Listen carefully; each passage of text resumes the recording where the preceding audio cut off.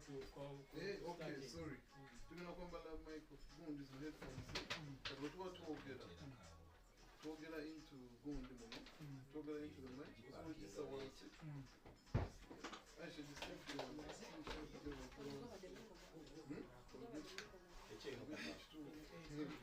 gyogera nti kulevel paka kulevel wall then you're moving forward you move wall abantu oli comfortable nayo mwaba oyogerere nemabbali sound eyinza obutakola ki naye kati twogera into ate zino gundi headphones zibeerako osobola okulira aboogera ku zoom ya okay yes tuzambala nazo ya Take your seat, sir. It's my phone, there's a laptop here and there.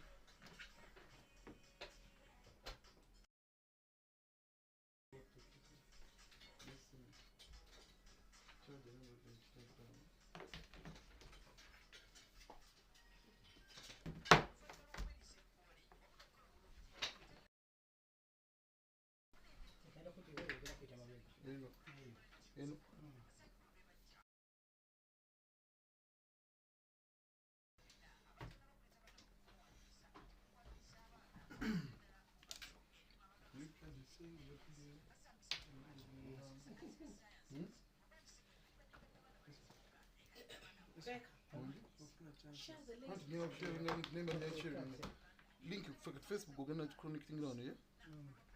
Yeah? Kevin, you say what's it? Kobashi. Eyo eyingira wansi eri ojagala wa? Njagala mukano.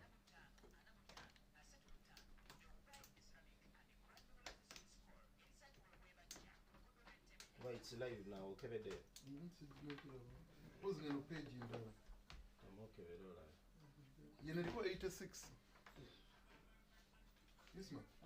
You know, 75 radio 86. What's in your code? No, you know, 75 radio 86.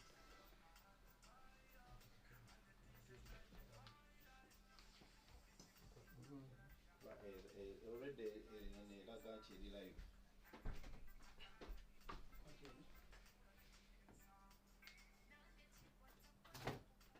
I will not get in your way. 75 live. Money way you know. Okay, you know that you love it. No, not different.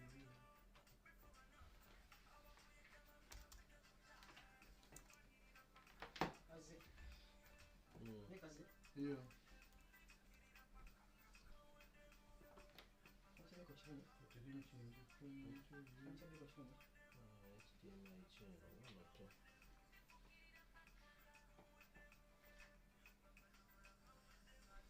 This sound, you know, already.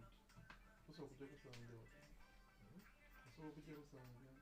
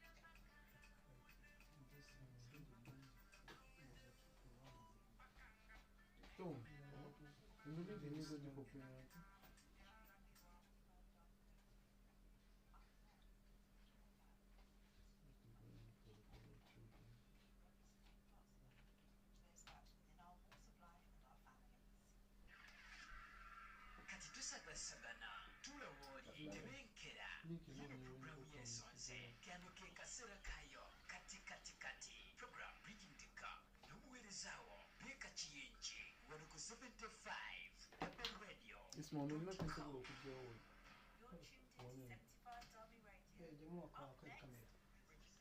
College.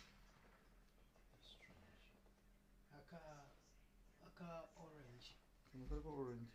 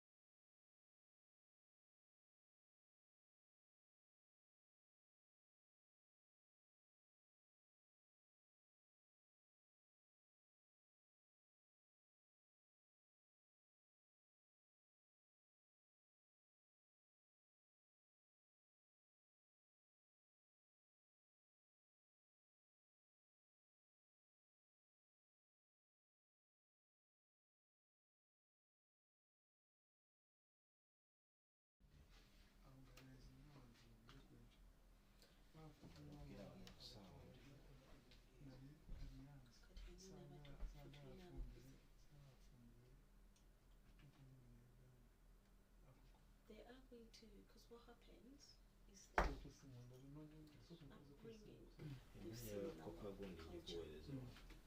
They've seen this, because me I serve with my girls and twali Uganda holidays time, they had a chance of being together. All girls.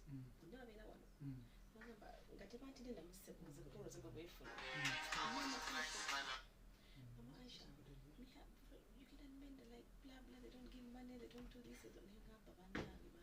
You can work, you can go to school, you put your school so that you can be able to satisfy all your needs. You just have to have a man from your culture, because it's going to be easier for you. At least you know all about most of the things culture than when your culture like now intermarriages in Uganda, you see there's lots of conflicts. Tribes married a lot and things have gone which you say you like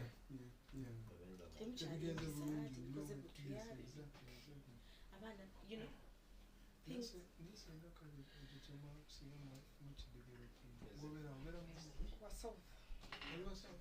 South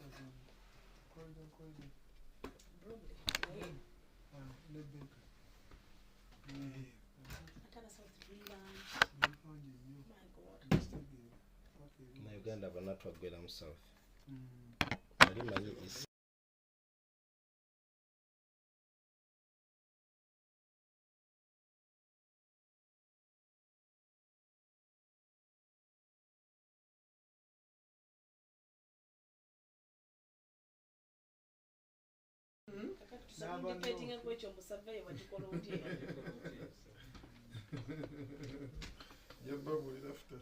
we need to help these kids.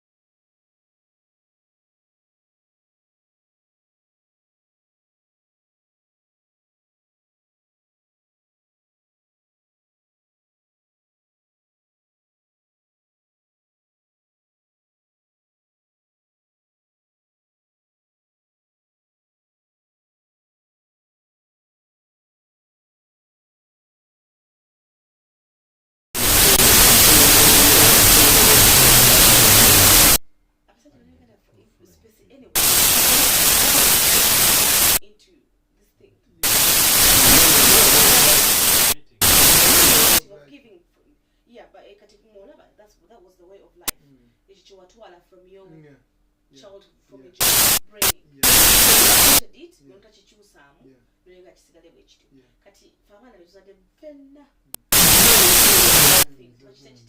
But we understood it.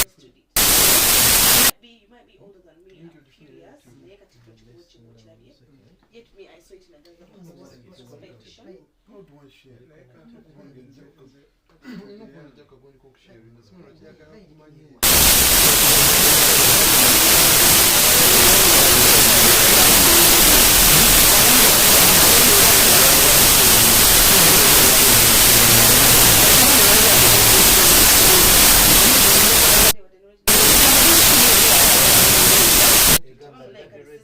At least 100 quid is there. 7.5 Buy yourself something, right? Or when you get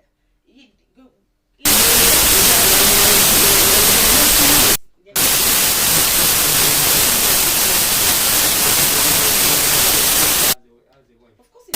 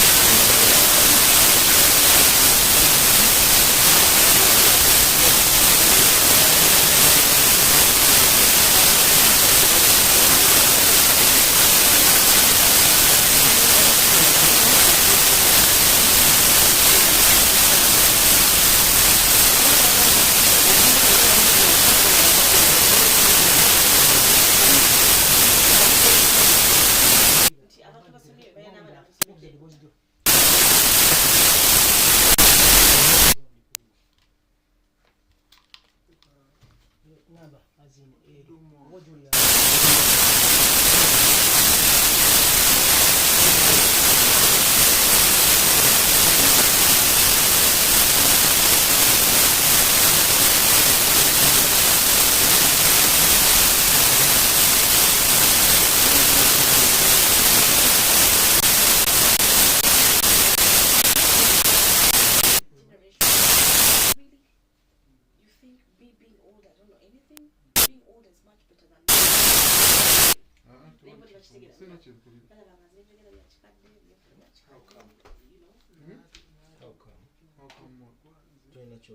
No,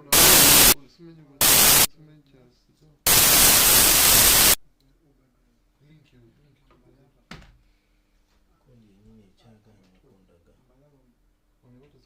What your settings happen?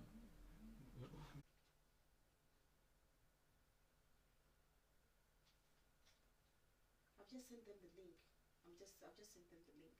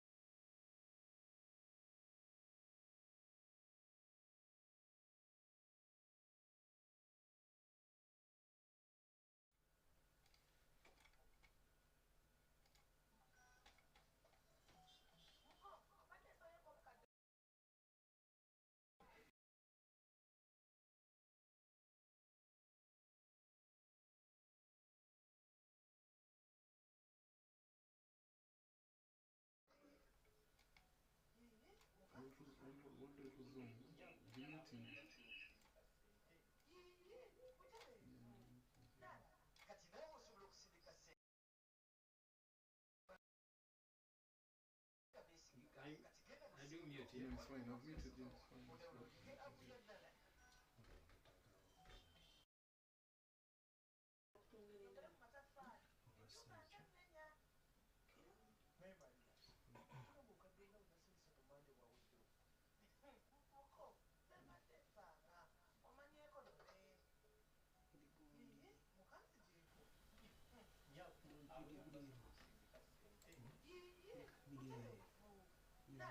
kati nawe osobola okusindika ssente ng'okozesa enkola ya nala bano bagogo bensimbu ate nga beesigika kati genda mu ssimu yo ewali google play store downloading app ya nala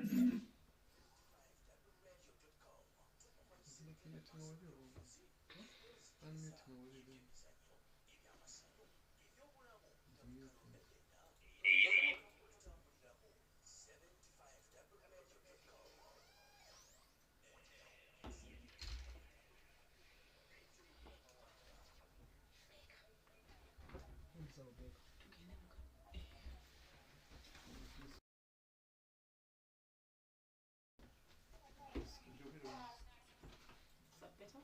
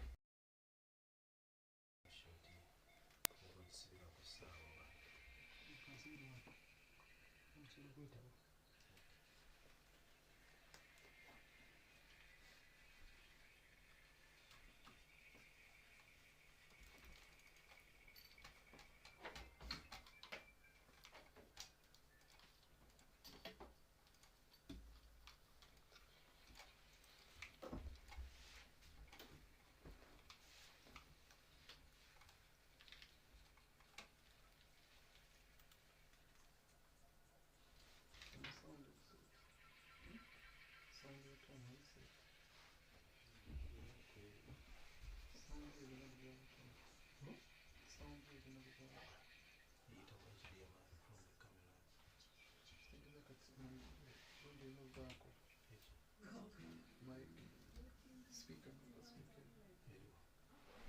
Nkyogera ku Zoom.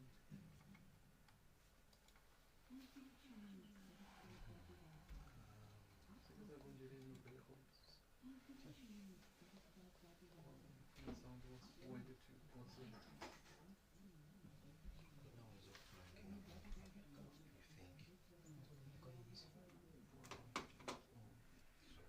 kati tusabasabana teweeri tebenkera nyina puroguramu y'ensomuze kyano ke kaseera kayo kati program reading the gap n'omuweerezaawo leeka kiyingi wali ku 75 double radio Kati ngeri mbadde ku meeting. Badde babumadde boogera. Good luck site ya talina pin to pin wenaka pin to pin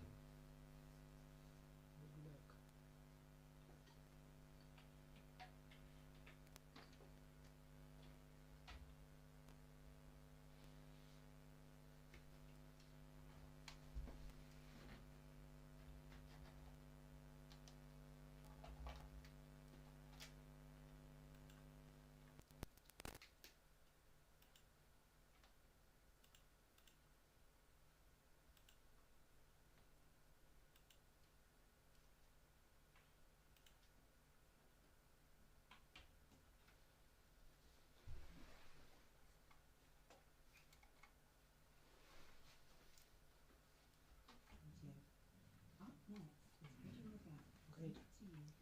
Only it was.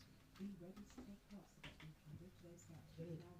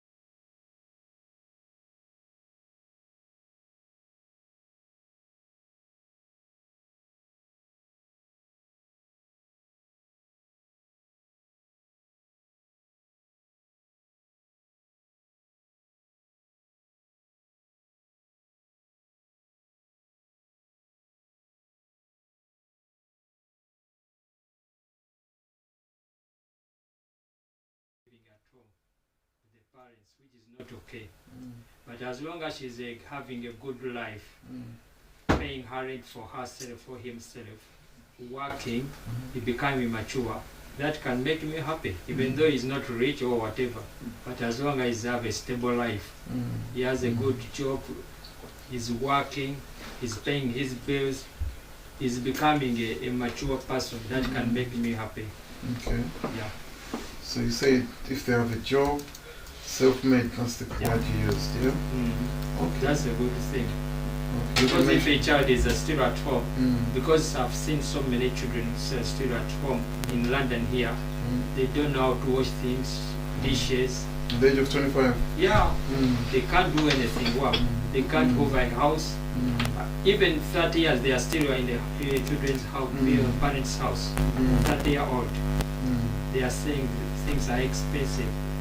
You come back, they can't wash anything, can't do anything. Many parents are complaining that kind of problem. But if he's self-made at 25 years, he's having a job and he's staying at his home, that's a good thing for a parent. You didn't mention marriage, so you don't... Marriage will come later, as long as first thing is to make him self-made, to have a responsibility in his life. Okay. Thank you very much for that. Only when she's a girl, she can, maybe this one can, instead can tell us if the lady is 25, she can be worried about the age, whatever. Don't have this issue. They don't mind about being married at any age. They're not worried anymore. They're not like us. Girls of these days don't worry about marriage. They worry about other things than marriage these days. Marriage is not part of, it's not the first thing they want to see. They want to first have, like you said, they want to first have their own independence before they get married. Because they know when they get to marriage, things will be different. So but it's different. A man can before we were very cautious because you were expected to finish education, have a job, and then get married. Those were the three things. But these days, it's different. They prefer having a good job, having a good car, making yourself happy, and then they can think about marriage. Okay, let's see what the But you can't tell me, lady, that if you finish your university at 30 years, you might excel someone to marry you when you're 30 or... That's at 45. That's a topic, and I think that's a topic, and we'll definitely bring it back, you know, because what you're saying, that's a proper topic on its own if you want to start it. But I want us to stick to the point. Diana, what's your take? You're 25-year-old. What's your vision? Sorry? What's the vision for your 25-year-old? Let's say you had a 25-year-old child. What would all your children, when they turn 25 and above, what would be success for you, for them? Well, for me, success begins before they're that age. I believe that a successful child is one who uses their abilities to develop, like the ever-increasing skills that help them to form positive personal attributes in life, which will then lead them to a successful life. You know, every child has individual abilities, and this makes them unique. And they use their skills to develop these positive experiences. For me, for example, I'm raising young children. They're all different in their age. Their ages are, they're all different in the age gaps. And for me, even just being able to communicate, a child to be able to speak to me and have that level of trust and tell me how they're feeling or how we can go about a situation that they feel is quite heavy on them, or they're having a challenging moment and they're able to speak to me or to speak to a senior and try to resolve that issue. I count that as success. Whereas because somebody's talked about negative feedback. All feedback is for you to find out why is it negative, why is it positive. Successful children in the beginning, it starts from the ground. So successful children do become successful adults somehow. Those who have a high level of self-esteem, but also it goes to say that as parents who are always trying to work on our parenting skills, we might end up having successful children in life. Those are just a few of the things I think. Okay. Thank you very much for that. Nyasha says success has to be in different areas of life. A 25-year-old should be pursuing something, but it's not always fair to expect them to be self-actualized. A 25-year-old should at least be responsible for their own upkeep. Rentals and mortgages in certain places are unreasonable. If an 18-year-old cannot feed themselves, do laundry, and clean their own room, that is a parenting issue. Right. Now, there's something, cannot to say that kids are still staying at home nowadays, which is true. Kids are, even 30-year-olds are being classified as kids nowadays. You know, 30-year-olds, they're being classified as kids and they're still staying at home, you know, and they're still comfortable being at home. Back in the days, like you said, Aisha, things have changed now, you know, kids are saying things, the priorities have swapped, they've changed, they're different now, which is quite interesting, and that's actually a topic on its own as well. But what I want us to look at now, would you classify as failure? But then first of all, as parents, yes or no, do you think about failure and success when it comes to your children? Just simple answer. Yes, that's probably not true. It's not true, eh? Yeah. If they're doing well, you're happy, they're successful. If do you think about failure, then turning the opposite way? Yeah, because we've seen it where you know someone. I know there's a lad I know. He's not my child, but I knew him from when he was young, back in Africa.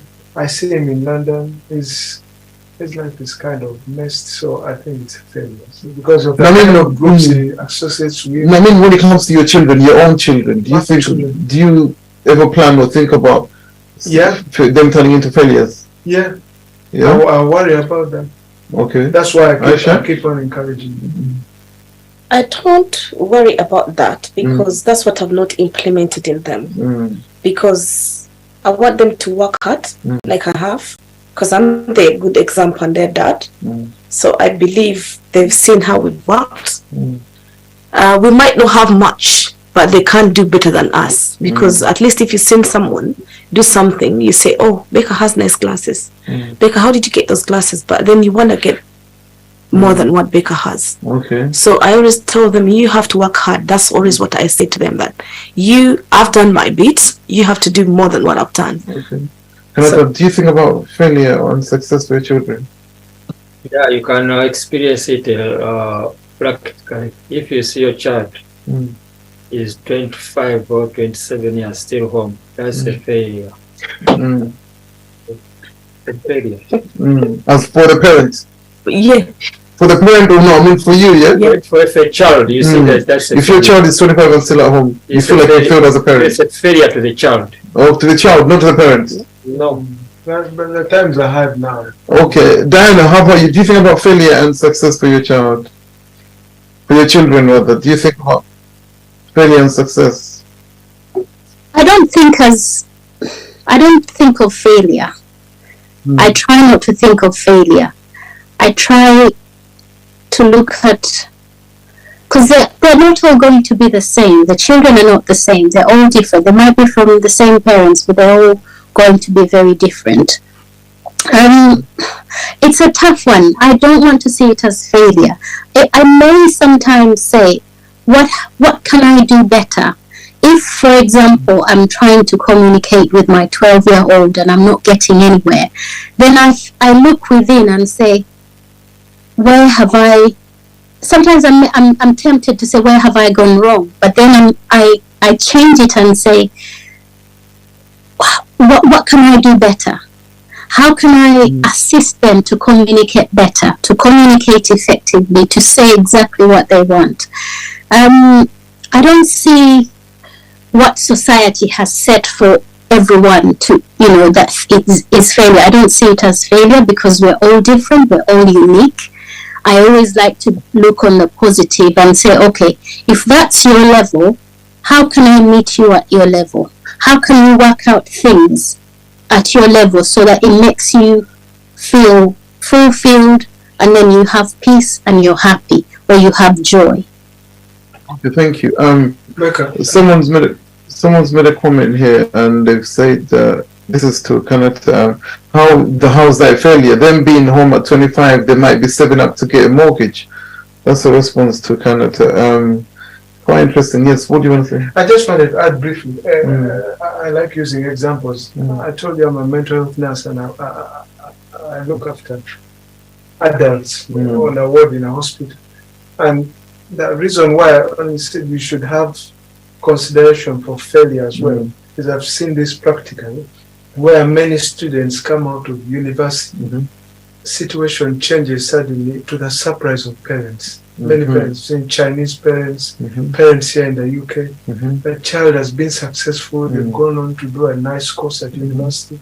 Something happens and their life changes, and you should see the sadness. So consider that in your life, but always work to improve things. That's why I actually asked that question. Exactly what you've just said there. That's why I asked this question, because it's kind of like leading on to the next question. Before I say what I'm going to say, let me actually just ask this question. What is failure to you as a parent? Because parents don't think of failure. This is the normal thing, you know, this is how it is. Parents don't think of, because they don't expect it. So when they see it, and let's say your child has failed and your children get to see the shock in you, most of them don't even know how to react to it, you know? They don't know, most parents, when they see failure, they don't know how to react to it as well. So as parents, what do you classify as failure, Haj? Let me start with you. What do you see as failure for your children? Because this is something parents don't think about. So I'm interested. Becca, it's not that we don't think, well, in my case, it's not that I don't think about it, but I choose to see it differently. I choose not to see it as failure. I choose to see the what is underneath the behavior that is happening right now. Something must have happened. So I go underneath to find out what has happened and how can we be better. Okay. I'll stick with you, Diana. So you don't see failure at all? For you, there's nothing that can be failure when you fail. No, because all stages of life, who determines failure? We all have stages in life where you can to get to the mountain, you must go through the valley, right? So am I going to say that while I'm walking through the valley of the shadow of death, so I'm failing, yet I am walking towards going up the mountain? Or am I going to say because it's raining here, the sun is not above the horizon? That's how I see it. Is where you are at, how can I be of support to you? I'm not seeing it as failure, because who am I to judge failure and success? I'm here to support you as my child at every level, whether it's your low or it's your high. In every situation, I'm there. I'm there for you. I'm supporting you. I'm not seeing it as failure. That's how I choose to see it. By the way, those of you that have just tuned in, we're live on 75 Time Radio, we're live on Zoom, we're live on YouTube, we're live on Facebook. The program is Bridging the Gap, and we're trying to see that as a parent, if your child failed, are you ready to take accountability? That's tonight's topic. That's what we're looking at today. So Haj, I'll come back to you. What is failure to you? What would you visualize or even see and be like, oh, my child has failed, my child is a failure, oh my goodness? What would that be? Or what would make you think your child has failed or is a failure? If they lose hope or the will to improve themselves, that's what I call failure. I know we'll try and work out the way, but if they now lose hope completely and go down the wrong route of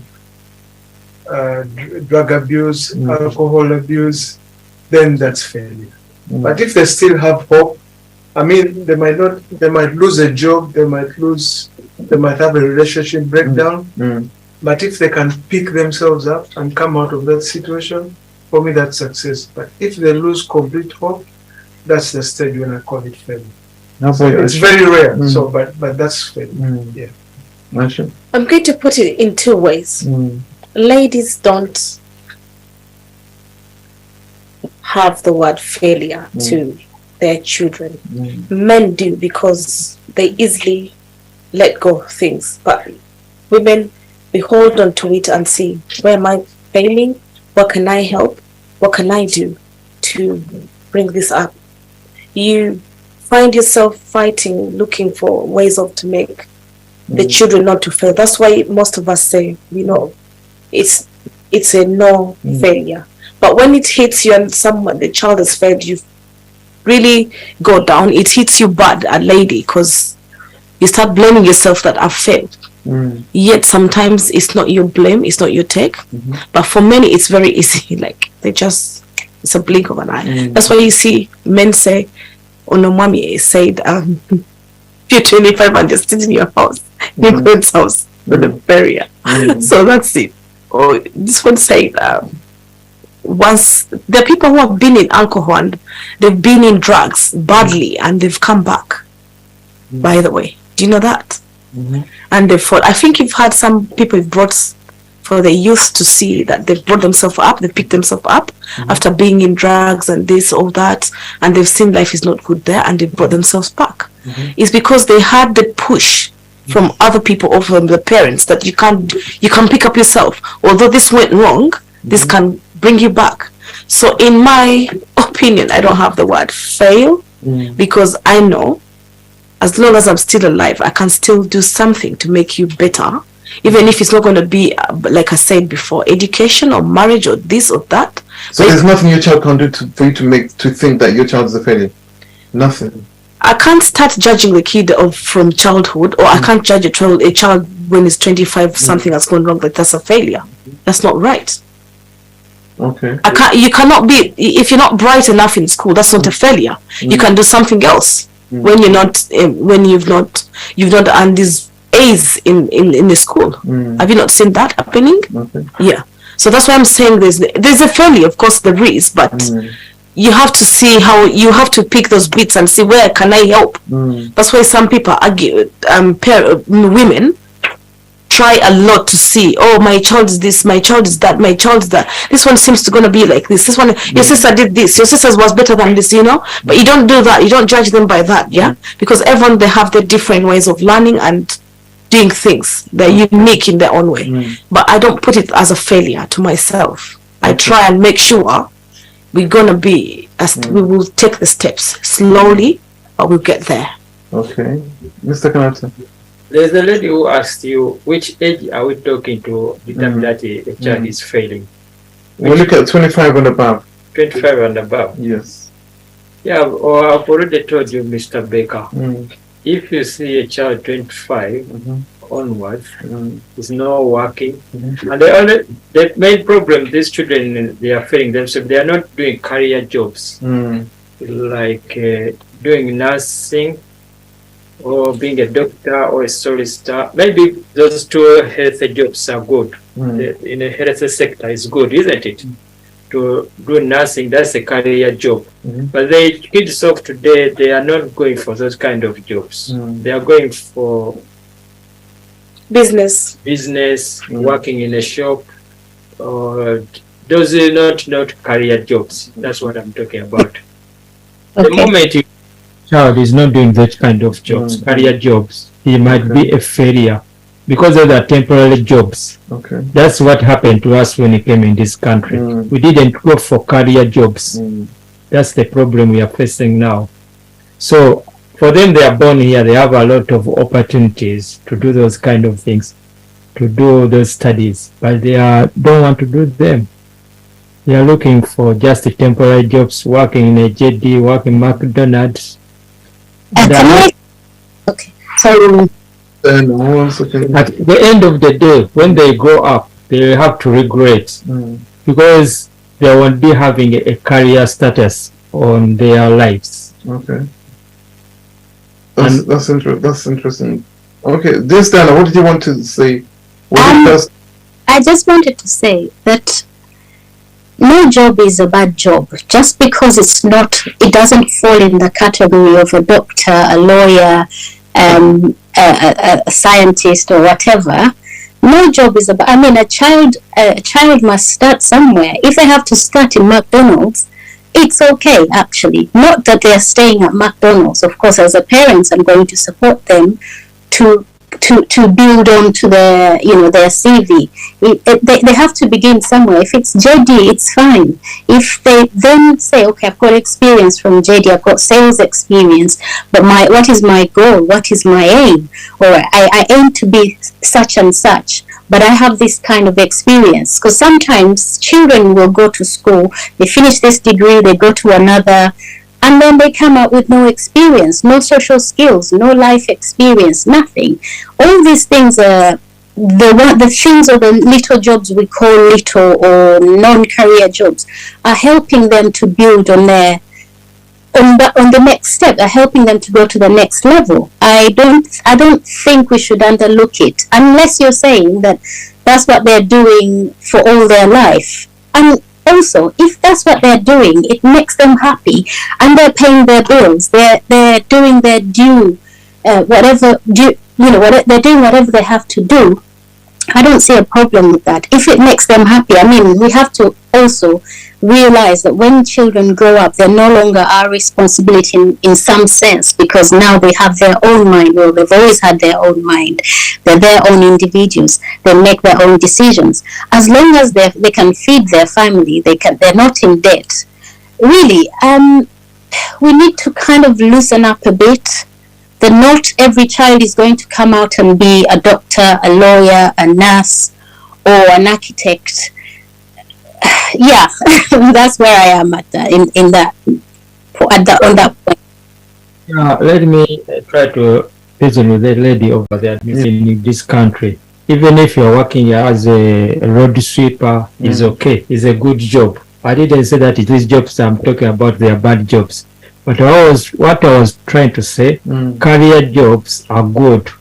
Even if you are living Newham, you get a job to Newcastle, as long as if you have your papers, you can start from there. I didn't say that these jobs of working parents is not good. The other thing, these children, they have a lot of opportunities to do career studying, but they are not doing it. They have a lot of time to go for college or to go to the university, but they are not willing. And the other thing, for me, always when I'm talking, I have to put on percentage. A lot of children, 25 or 28 years below or 30 years, they are still at their parents' house today. If I was right to mention some parents where I know who have children of that age, there are so many children, 30 years are still at home. Even my neighbor is a white man. He has children. The British. His children sit at home. The failure children, they don't want to self-made themselves of these days. I don't know why they don't want to get married. Okay, married is not okay, but they don't want to go for courses which could make them career future.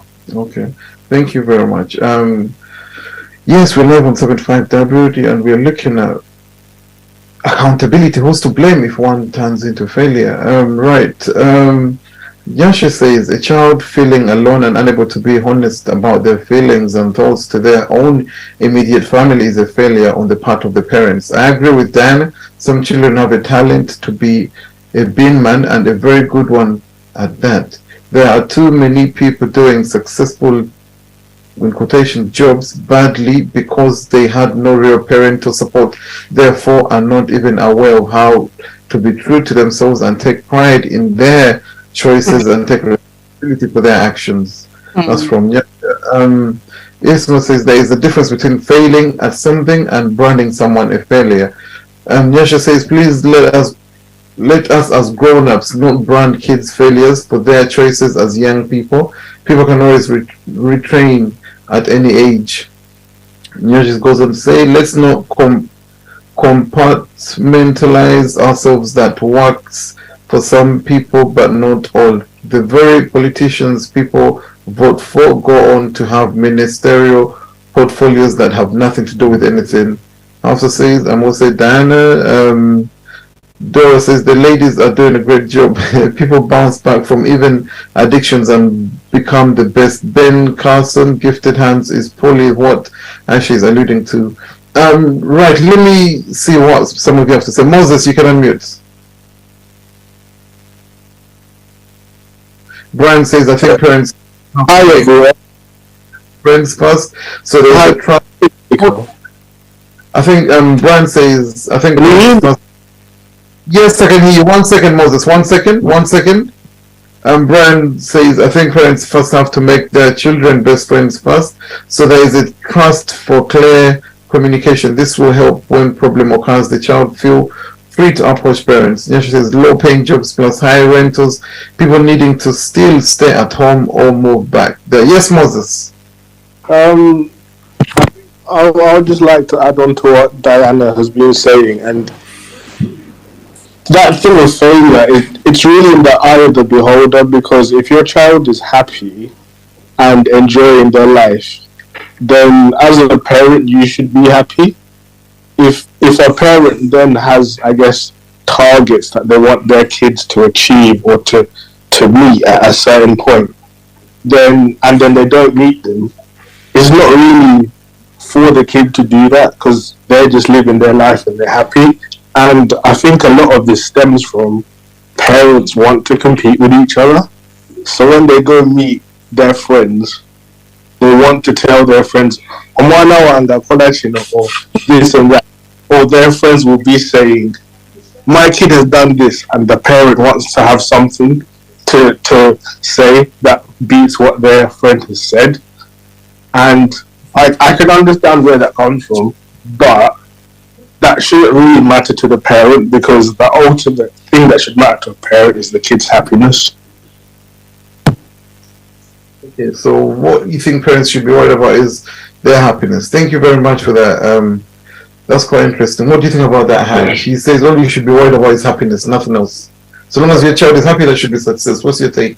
I think it's the kind of language I'm using. So if you go back to my answer, it sums up what all the people have said. Because I said failure is complete loss of hope for me.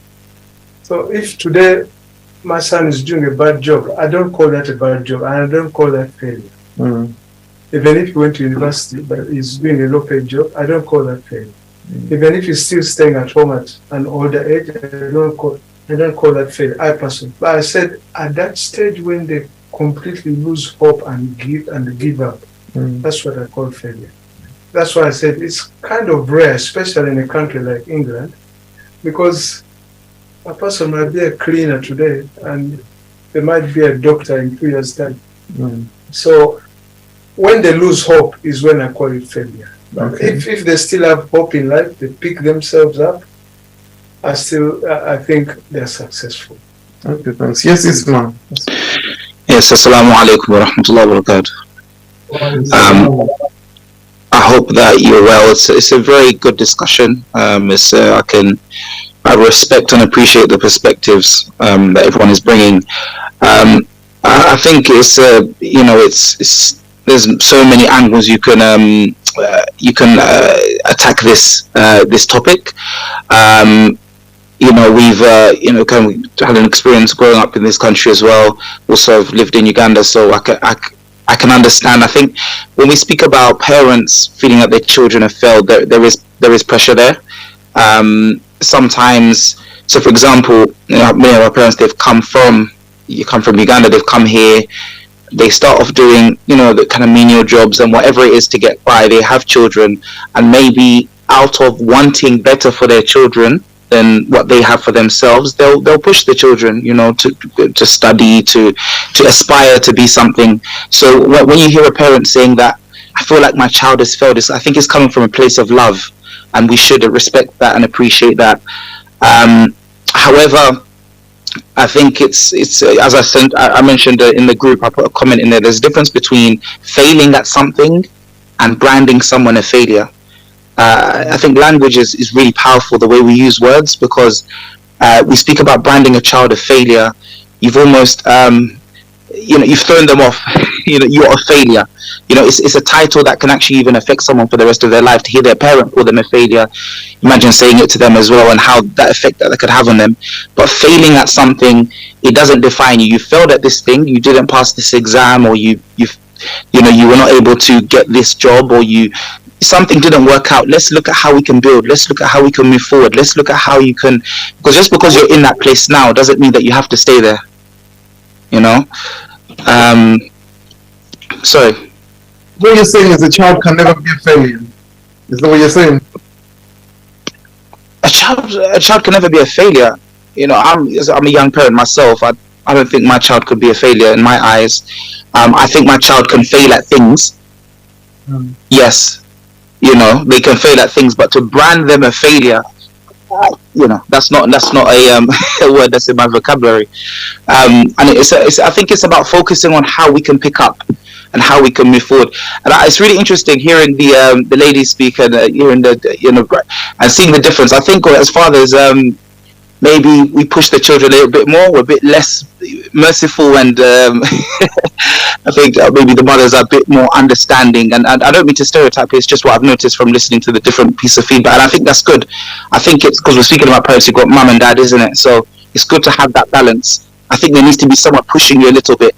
Come on, let's go. Let's do things. And maybe the mother can act as that cushion and that soft pillow. You can always kind of go back, and so it's good because if both parents complement each other to have that balance, I think it's important. But branding a child a failure, that's not really something that's in that I use. Or this is the thing, because okay, thank you very much, Isma. Thank you very much, Isma. Yes, your take. Something that I think Moses said, that parents want to be proud of their children. Most of them, that's why when they go to parties, they would love to say, my child is a doctor, my child is a lawyer, my child is this. That's one of the things parents, there's the way African parents or even black parents, they have that vision for their children, and you have to be this, like it or not, you have to succeed. Do you get what I mean? If it doesn't go that way, then some of them tend to think, you know what? Yeah, this is a failure. Yes, Mohammed. You can unmute Mohammed. Assalamu alaikum wa rahmatullah. Assalamu alaikum wa rahmatullah.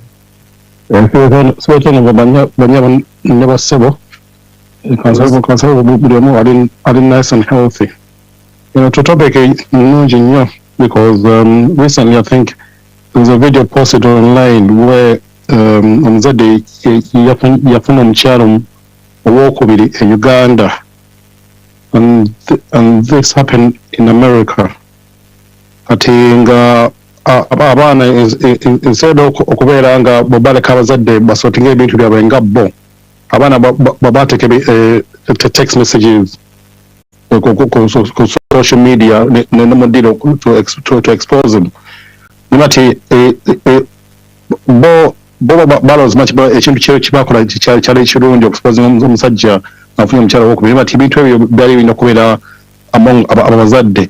Bati buli omu yeewuunya engeri abaana engeri gye bali babehavinga, engeri gye bali bawemula omuzadde waabwe.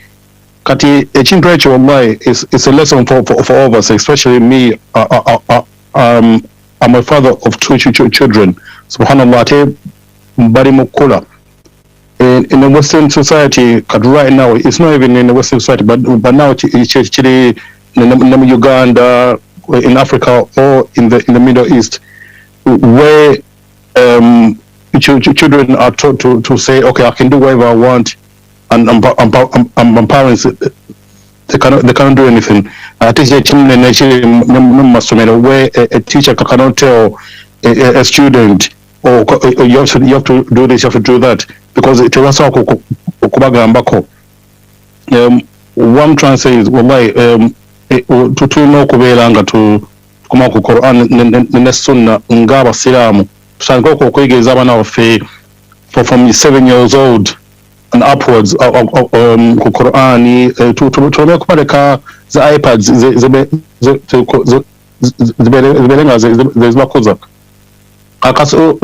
Kwasoba omwana akuze over 16 years old, over 14 years old, nga taweza muzadde we, we have to go back. Was he or she in a two-parent household? Ate nenekyala omuzadde yaliwo, okusinga nange omuzadde bambi nga alina emirimu 2. nga half of the time omwana abeera ku makubo nga bwe twakola, because our father passed away when we were young, so we were raised by a single parent. Ate olumu bambi maama tiyafuna time kutubeera nga atuula naffe otuwa nasiha advice. So we used to get the advice from our friends. Most of our friends, the advice they will give you is, well, go to this club, go to pick up this girl, go and do this move. Mati a child sasafe abamu alhamdulillah Allah subhanahu wa ta'ala tuskani na china doza kudini through baba sheikh nga sheikh Mumuzata Sheikh Sudais ku Quran umuiza abantu bambi, and that's one of the things I respect about this show. Mutu wa time okubeera nga muleta abantu abali knowledgeable abali ku dini to advise, because there's so many kids here are lost. The only hope we have is for people abali ku dini abali good advice okubeera nga batukomyawo, because constantly, trust me, the streets are calling us to do what? Dumbness. Mati kasonga tulina bambi good leaders and people we can look up to. Anyway, alhamdulillah, sasa kogera bingi kasabe ma point mujipenye bulungi. Barakallahu fikum, tutenza wambi kosheno. Thank you very much for that. Thank you very much for that. He's said a lot of things there. A lot of points is made there, like he's used the example of the picture that we saw flaunting around of the American family. And to me, I feel like, for me personally, this was kind of like going to be one of my next questions, because most of you are saying your child can never be a failure, but when you see that your child is disrespecting you, how do you justify that? Do you see that as failure, or okay, they will change at one point, this is just a phase, So I don't know, how do you see that, Haj? It's okay, sir.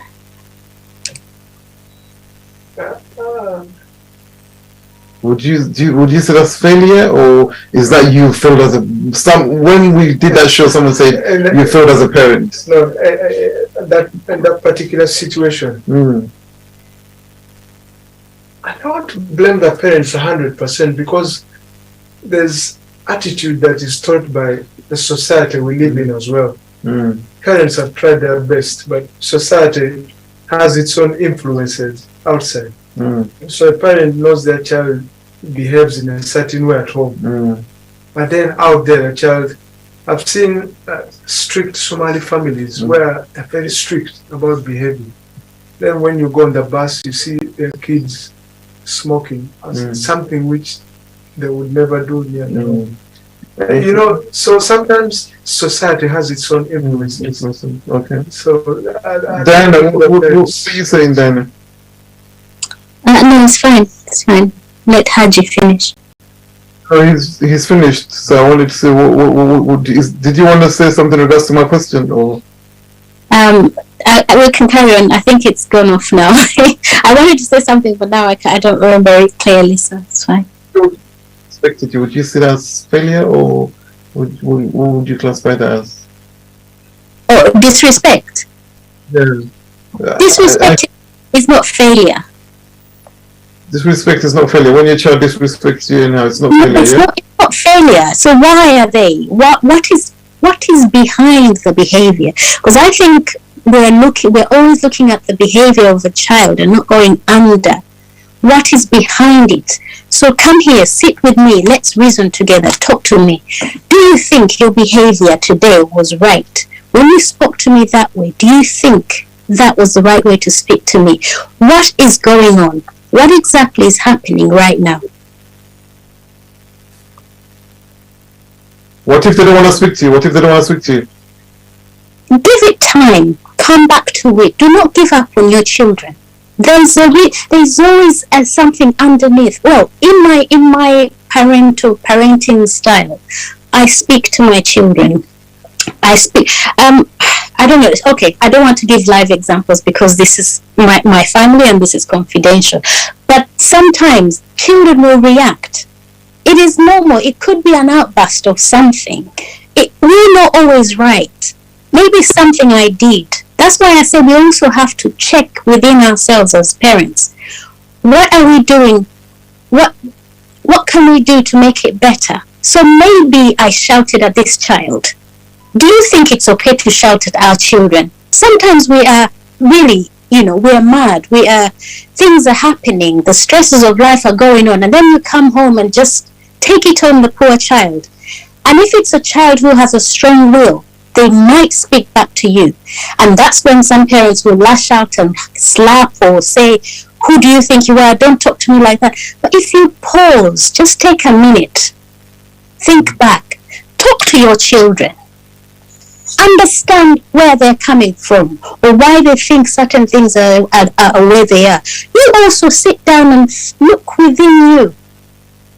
Okay, that's interesting. Yes. Not always the behavior that we take and we carry, oh, the child did this. What is underneath? This is parenting, effective parenting. We talk, we sit down on the table, we have family meetings. Where are we going? Say something? Sure, about that. Children test.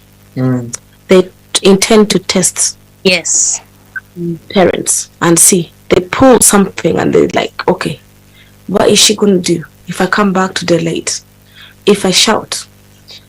If I don't wash the dishes like she claims to be coming all the time, you wash dishes, clean this, they get used to that as well. All those things. But they always, they try and shout at us all the times, and we talk to them like, don't shout at me, don't do this, you're not supposed to be doing that, blah blah. But at times you have to come back and say, why is this happening? It's some behavior. Sometimes they do it from childhood and you don't stop it, like from the age of 7. That's when I think you should start disciplining, because that's when, they learn from the age of 5 if you talk to them and tell them this is not right, it's not this. But then when they go, you start being a bit tougher more and more as they grow up, because when they're teenagers, they do a lot. And the influence, the peer groups and the puberty pulls up them. They get influenced from other people, like, oh, I don't do anything at home. Oh, my mom doesn't tell me to do this. They also want to try and see if they can buy that. But I don't intend to buy it, but I'm trying to learn how to deal with it when they shout back at me, or when they hang up on phones, or when they do such things. I hold on until I get home and speak to them and tell them, why did you do this? Why did you shout at this? Why are you doing this? Why are you guys fighting each other? Because they also have such stuff, like when you're not there. Sometimes they're very good, sometimes kids I don't say they're 100%. Their behaviors do change according to. Girls have this when they go to their menstruations, they go high, they do this, blah blah. There's a lot that takes them, most especially girls. Boys intend to be calm, but you never know what they're doing at the back, because if they keep quiet a lot, you never know. But you have to be following all those things, like you said, we shouldn't blink, but you can't do 100%. And the other issue is parents failing with kids, most especially is being like, men are not helping us, and most mothers or parents are being single because they failed with husbands, or they've pushed, the men have relaxed and they're not doing, they've left you to do everything to yourself. So that also is a big impact about the kids, like they're seeing one side of person, they're not seeing this. So it's just, and when one is the other side, one is this way, they intend to be, someone is trying to pull the kids to yourself, or you also, it's just, you're fighting. So it's not really good. It's also an impact to the kids that is making them misbehave most of the times. And I think the other thing is, failing is not for you to blame. Like, sometimes you give it 100% and the child chooses not to carry on those things, honestly. I'm telling you, Becca, you've not worked, they've not done this, they put them to school, they pick them up, they do this, I can't do, but they've got good schools, they've been in private schools, but the child ends up into or failure. Yeah. child would never be a failure. I knew you were gonna say that, Becca.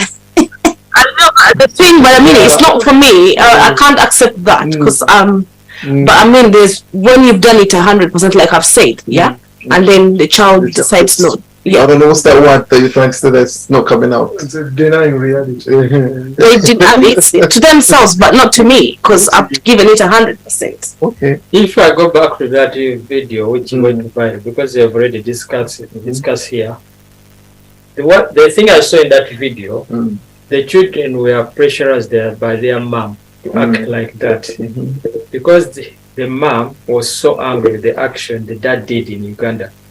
So those children, they might not be failures, but the action they did were pressurized by the mom because of the action or whatever happened when the dad was in Kampala. And if I go back to the word failure in here, as she has said, the parents might do a lot to bring up their children to be in a better position, but the children fail them. In another way, the children might want help or from the parents to be a better person, but the parents are always tired from work. They don't have time to do their homework, to guide them through their notes or whatever. That's another factor. That's why I said this failureism is hard. It affects the parent and it blames both parties are to blame. The child can be there to be a good person, but when the dad is tired or the mother is tired, is working long days and doesn't have time to do what? To look into his homework. That's the thing I find. Okay, interesting. Caesar said it's getting a little complicated, and I'm finding it very difficult to look at my position. The topic is based on a negative premise. The entire life we live is a journey. There is nothing like failure on a journey, but yes, we face challenges. Failure equals write-off. There are instances you can write off your child, especially legally, but only temporary. To be a parent, it is to be part of the little. To be a parent is to be part of the little one's journey, but then parents get a responsibility and a new role on their journey. A child's challenge is a parent's challenge as well. I would appreciate if I get an example of a written off child compared to a successful child. So what do you think of a written off child? Is there anything your child could do for you to write them off? I think that's what he's asking there. Ayes says, I think no one can be a failure, we just underachieve. Shamim says, I think we live our lives through our children. That is why some parents label our children as failures. Yansha says, generalizations are very problematic. Children are shaped between birth to 5. So if we as grown-ups keep doing the right things and growing ourselves, we will support our kids. Having a 2-parent family of toxic individuals versus a single parent taking their responsibility seriously will not lead to the same outcome. Shavim says 100%, we normally treat the symptom, not the cause. Yansha says, yes, parents don't get everything right. It's okay to say sorry and model that good behavior to them when we mess up. We are not perfect and don't have all the answers. My question to all parents is, if we ask your parents how you behaved as youngsters, what would they say? We cannot parent like this in the past. We need to acknowledge that our children today are under pressure we did not have.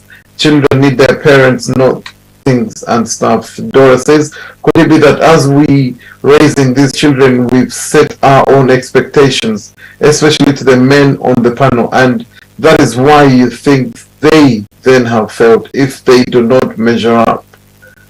Maybe this would help us further in shaping the discussion. That's very interesting. Let me first see what Agatha is saying. Agatha, go for it. Yeah, thank you. And honestly, I love everything that everybody's been saying, especially Diana. Like, I agree with a lot of things that you've been saying.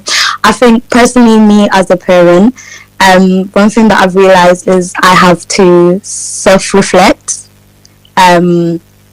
Like, what am I doing as a parent? Like, the way I behave and the things that I expose my kid to, is that going to, form them into the person they're going to become? I'm a single mom now, and I think for like when me and the father of my child broke up, personally, I didn't grow up with a dad. I know that affected me. I have a lot of daddy issues, and I made sure that although me and her dad have broken up, if he's still willing to be there and be a good role model, I wasn't going to use whatever issues happen between me and him to stop that, to stop him seeing his kid. So there and then, making sure that she still has the support of both me and the dad, I think that's good, because that's something that I struggled from, and I didn't want that to happen to her. So I kind of self-reflect even on my growing up, things that have affected me personally, that I can see have made me into the person that I am. I've definitely grown as a person, and I've grown up in the UK, but half of my life I was also in Uganda.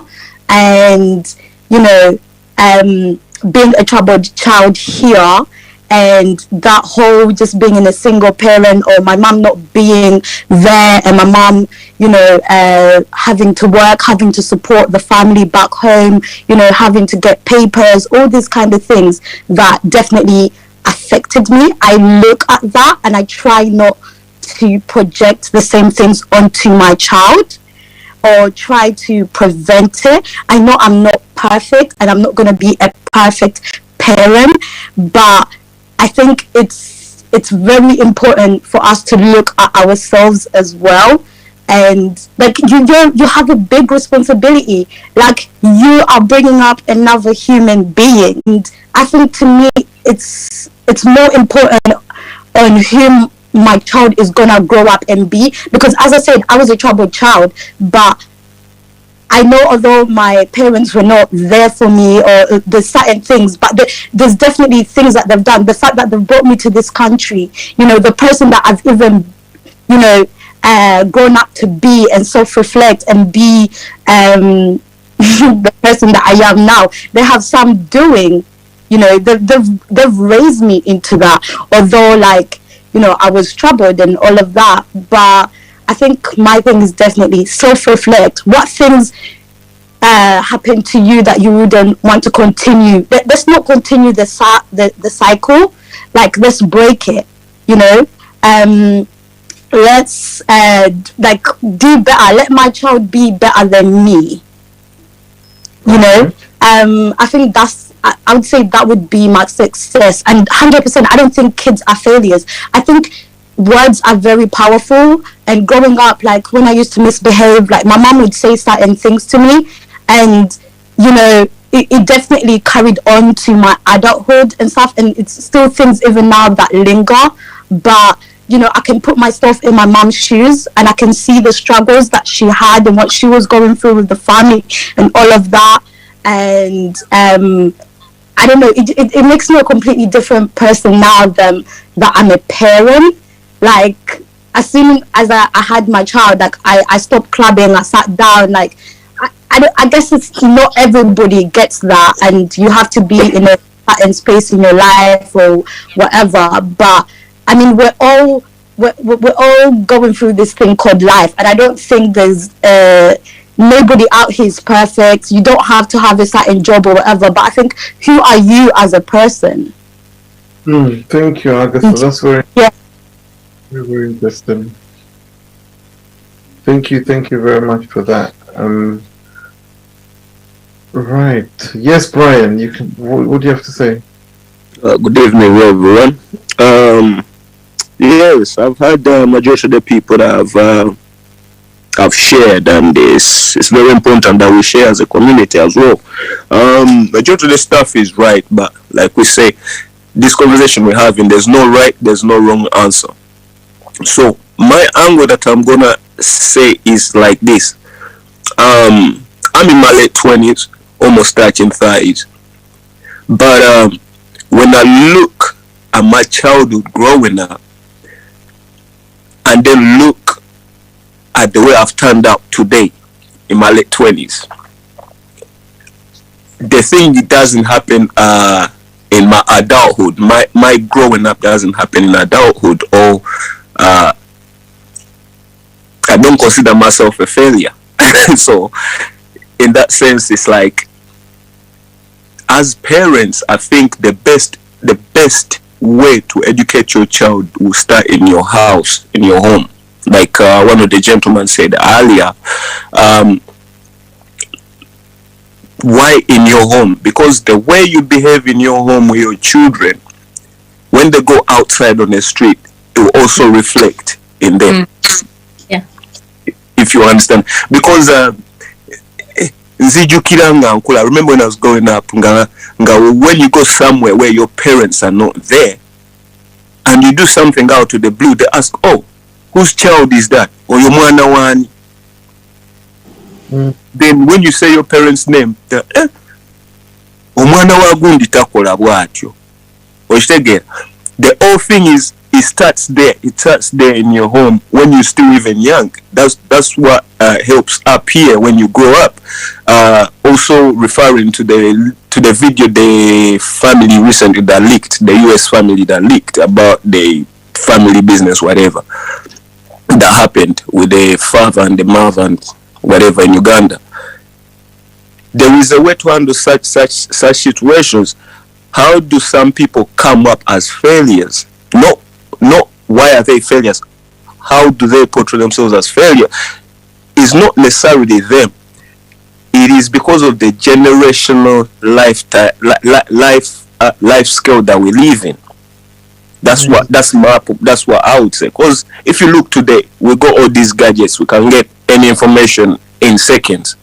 But when you go back, according to your age you are now, when you go back in your childhood or in your youthful days or teens and compare the two, you will see the difference where some things have gone wrong. Because sometimes we don't communicate with our parents when we come home. Just say, hi mom, hi dad. You go to your room. That's it. Till morning. Even sometimes you won't even say good morning because your mom gotta wake up early, your dad to go to work. You understand what I'm saying? So, in a sense, what I would say, what will help a young person, I'll say young person because I'm a young person. When we talk about failure, majority of the time, we look at young people because they're going forward and they don't want to end up in a place where they're going to give up on everything to become failures for real. But then as young people, I think what we should fight on is the communication between us and our parents. Because parents say some things that we see that they're nothing today, but actually you walk a month down the road, a year or a few years, and then you see like, oh my days, my parents told me this. You know what I'm saying? So for me, my point, I would say, since majority of you guys have said it, I think we just need to start the education of life in the homes as parents to be. I'll speak in my position. One day when I become a parent, I think I'll start in my home. The way I carry myself and communication between my children so that I can develop a healthy relationship with my child. So that if something happens, they're free to come to me and tell me. Because today, kids don't feel free to go home and tell their parents what happened outside school. You understand what I'm saying? Yeah, that's me. That's it, bro. Thank you very much for that. Thank you very much. I think there's a lot of points that are coming from all this. Yes, Nilfa, you can unmute. Hello, good evening. Sorry, I've joined late. I was at work. I just wanted to say something. I don't know if it's been discussed before, that failure to me is subjective. I don't think any child or anyone is a failure in this world. I really don't think so. I think it is us being subjective and us assuming that we as parents, what we want in a child has not been it's not what we've got, so we are calling them failures. But I don't think a child is a failure. I actually I did hear what Miss, I think she's, yeah, we cannot say as well as behavior, to take behavior, someone's behavior to be failure. It's very interesting. Elaborate a bit more, please. What do you want? Because I joined late, that's why I don't want to, because it might have been discussed before. There's nothing your child can do for them to be a failure, yeah? No, what is a failure? That's my question. You're a parent. I want to know for you, what would be, that's the question. I am a parent, but what I know, because I am a parent, I know back home when we were growing up, failure was mostly, it was mostly based on education. Okay? Boba tosomye, ojja kuba musiru, ojja kuba failure, ojja kuba bino. No, but that's not what it is. We've learned in this world. I might be a failure in maths or in education, but I might be successful in other skills, vocational skills. So to me, that's why I keep on saying failure is really subjective. But calling a child a failure, and we are all children, even up to now. I'm an adult, but I still call myself, I'm still a child. But I don't think, I don't know. It is a word I wouldn't use on a human being anyway. Okay. Because I don't think there's a failure in life. I think it is not being a failure. Thank you very much. Thank you very much for that. Mr. Makumbi, you can unmute. Hello. Assalamu alaikum. Yeah, this has been a very interesting topic. I really see young people blaming their parents. Blah, blah, my father was not there, my mother not there. That's none of their business. The business is the father and the mother have got a contract to you to guide you, to lead you into the right path. If you decide to divert, that's your choice. Your is just support, teach, lead you into the right path. People have been talking about pressure in life, everywhere. The child is under pressure from the parents, from the environment, from the school. That's it. That's part of the life. They are training you to learn how you can manage yourself and maintain yourself. People want to talk about behavior. When I think about behavior, it's your choice to decide whether I'll be a good boy or a bad boy or a bad girl. The parent will never force you to be a bad girl or a good boy. The choice is yours to know what you want. People have been talking about failure. For us, we see that if you are academic, if you are successful. No. You find much of these people living a very horrible life. But you could be a road sweeper, that's your choice. Or could be an engineer, or could be a bus driver, or a nurse. You are not failure. You do what you want. For me, I think that's someone who does what he wants. Is the best thing in life. I don't think that there's anybody who is failure. People have been talking about life, we've been pressurized in this place. For us, where we went through, we had a hard life. We could walk 5 miles, going to school, 5 miles back to school. We passed through the roads. There are a lot of things that were challenging. Dogs, we have to fight with the dogs. Especially for me, I was living in Makerere, but studying at Chibori. I was going through Kitante. All those roads, the owners had bulldog, these big dogs. We had to fight them, beat them to find our way. But for you here, you just go across the road, you're on the bus. You take you straight to school. What pressure are you talking about? You say that because there is a lot of pressure? Yeah, pressure. When they give you homework, it's that part of your life. You have to do your work. People talk about, I've screwed my father or my parents screwed up my life. How? Stop blaming your parents. They guide you. You still decide whether to take drugs. Nobody forces you to take drugs or to sell drugs. You are taught in school that don't come near drugs, keep away from drugs. Don't carry knives. Do the parents give you knives or buy knives for you? You know, if you got a knife, you are bound to kill someone. That's the choice you have to whether you decide that I'll be a free person or I end up in prison. If you sell drugs, where are you going to end? In prison. If you carry knives, you stab someone, where are you going to end? If you listen to your teacher and follow the instructions, you'll be a good family, you'll be a good son, a good wife, a good daughter. But stop blaming the parent because my father did what, did that. For us, when we came here, we didn't have any support at home. Say during school holidays, you take your child to the grandma to keep after them. But here struggle, looking after you, looking after the children, maintaining them, and going to work. You find that we work in shifts. The mother is at home, the father goes to work. The mother comes home, the dad goes to work. We don't have network supporting us. Then we keep on capitalizing that my father was not around, my mom was not around. We do a lot of work to keep you in the right way, to maintain life, a good quality of life. You have to understand. At when I'm in Kampala, my mother is around, my brother is around, you look after my child. But here, child care is very expensive, like holidays. It's very expensive. If we have a child care, you spend all your money in that place. But stop coming hard on us. We do our best. We do 2 jobs or 3 jobs to look after you. And then you say, my mother was not around, my father was not around, blah, blah, had this.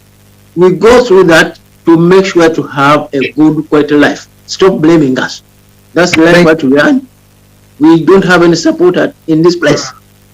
Okay? We blame my father not around. He was doing 2 jobs or 3 jobs to make sure that you study. You close the property. So stop blaming us. Thank you. You had that. Makumbi said, stop blaming, stop this blaming. That's the message, I think, to young people.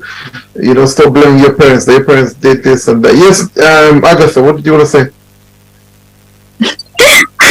Thank you. I just wanted to add on, I know obviously a lot of people think like kids or whatever blame their parents. I don't think it's really blaming, but I think at some point, some African parents, it's okay to take some responsibility. If it's absolutely fine for you to take some responsibility if you know you've had some detriment to your child and the way they've been brought up. And I think it's I don't understand why people just think parenting is just providing for your child, having food and a place to sleep and all of that. No, it's more than that. Your child needs to be emotionally, mentally, like you need to meet all the needs. It can't just be education and the food and all of that. No, that's not what being a parent is. It's supporting your child in every single way, and I think that's one thing that we fell in, which is okay because I understand our parents didn't get it, so there's no way. It's something that I'm teaching myself as well to be a parent. I'm because I know I didn't receive it from my mom. I'm teaching myself to be emotionally available for my child. And it's, that's what I'm saying. I've been able to self-reflect and be like, this is something that I needed, that I didn't get. I'm now going to make sure I work on it and give it back to my child.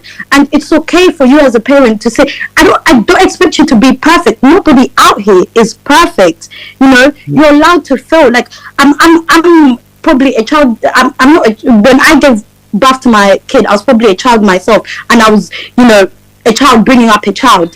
I'm learning. It's okay to fail and grow and learn from it and be a better person. It's not about blaming. I don't think we're blaming. Sorry guys, as you can hear, my daughter is calling me right now. But yeah, it's okay for you guys to be sorry. Bye. Thank you very much. My next question is actually to anyway, let me see what Nyasha has to say. Go for it. Good evening, Baker. Very interesting discussion. I usually agree with what a lot of my uncle, Mr. Makumbi, has to say. But I also think, without being disrespectful to older people, because when I see Mr. Makumbi, I see my own father. And I think they did a great job with what they had. They went through quite a lot. But we're no longer living in those times, and I think it's very unhelpful to the younger generation if we say my problems were bigger and harder than yours, therefore you know what, just get on with it and stop blaming me. It was my choice to become a parent. I took those steps. I am the one who decided I wanted to have children, therefore the responsibility falls on me. So the reason I was asking, how old are these children that we are talking about, is because when push comes to shove, I am a daddy's girl, so I will phone my father and I will be like, Daddy, there's a problem, right? And there's people who call me to say, Mommy, there's a problem. Okay, so we never stop being children, but as parents, we also need to understand that our children face challenges that we are not aware of. Yes, we grew up being told, don't do drugs, don't do this, don't do the other thing. You know, we grew up, some of us grew up in the 80s, in the 90s. There were social challenges that were happening worldwide, right? These children are now growing up with the advent of social media. Did you know, according to the Met, children as young as 9 who are observed to not have active grown-ups in their lives wind up being groomed into becoming drug runners at the age of 9 in the UK, because people are watching to see who picks up this child, who comes to their school events, who is involved in this child's life. So if we as parents think it's okay to be working 2 jobs and to be so tired that we are not seeing our children and we are not aware of what our children are facing, how is a 9-year-old, how is a 10-year-old, how is a 12, 13, 14-year-old supposed to be able to come and tell a grown-up that they are being groomed if they don't know what to look out for? Who is supposed to tell them that? It is us. So I love when my sister Diana speaks, because Diana mentioned about if a child's behavior, or if they're rude, or if they're disrespectful in a certain way, you sit down and you have a family meeting. You cannot start having the family meeting when something goes wrong. So Nyasha, if I was Nyasha, would you say earlier? They have to start earlier. Yes. Would you say there's, because most of you are kind of agreeing that a child can never fail, so would you say a parent can fail? Can a parent fail? Absolutely, and so can children. I'll tell you where children can fail. What I'm saying is that a child cannot fail. No. You calling, like people said, words are important. So telling a child they're a failure, or a name calling, we've seen it doesn't work. Keep it to yourself, I'm thinking, no? No. If my children are of a particular age, so if you are not working and paying your own way in life, so I agree with Mr. Makumbi, do what you love, do what you like. So if you live in a country where your children get to choose their options, like in the UK, don't be choosing your children's options like you're the one doing the work. You're not. Let your children choose the subjects that they can show up for and do wholeheartedly because they enjoy it. Because you know what? They will probably do very well in those subjects if you give them the support to say, what do you enjoy? What do you like? What do you want to do? Because at 21, not a lot of people know what they want to do at 21. So a lot of people are going to university to study subjects that they hate and don't even want to do because of parental influence. So if you are influencing your children to do something that matters more to you because you now want to live your life vicariously, you didn't become a doctor, so now your children must become doctors. If you didn't do something, don't put that burden on your children. Go back to school. You can be a mature student and become a doctor even at 60. It's okay. People are living long these days. So for me, parents who fail are parents who don't respect the fact that, whatever divine you are subscribed to. The subscribe has, the divine has given humans the privilege, the gift, of having children. The Bible says children are a gift and a trust. A trust does not belong to you. It comes from somebody else. And you are going to have to give account for how you raised that person to God, to Allah, whoever it is you believe in. If you're a person of faith, it is not because you are intelligent that you have children. So you can't just approach this from the point of view of, I don't want to be held responsible. I don't want people to blame me. I don't know. How do we grow as a people? How do we grow as people if we cannot accept feedback, and if we cannot learn to listen to our children when they are young? If we are shutting 3-year-olds and 4-year-olds and 5-year-olds up, we are telling them their voice is not important. By the time they become 15, they don't know how to use their voice. By the time they are 25, some of them are abusing substances because they feel alone. We need to take responsibility for the fact that some of the actions, some of the behaviors that we see people doing to themselves are a sign of pain that was caused by the people that were supposed to be looking out for these children.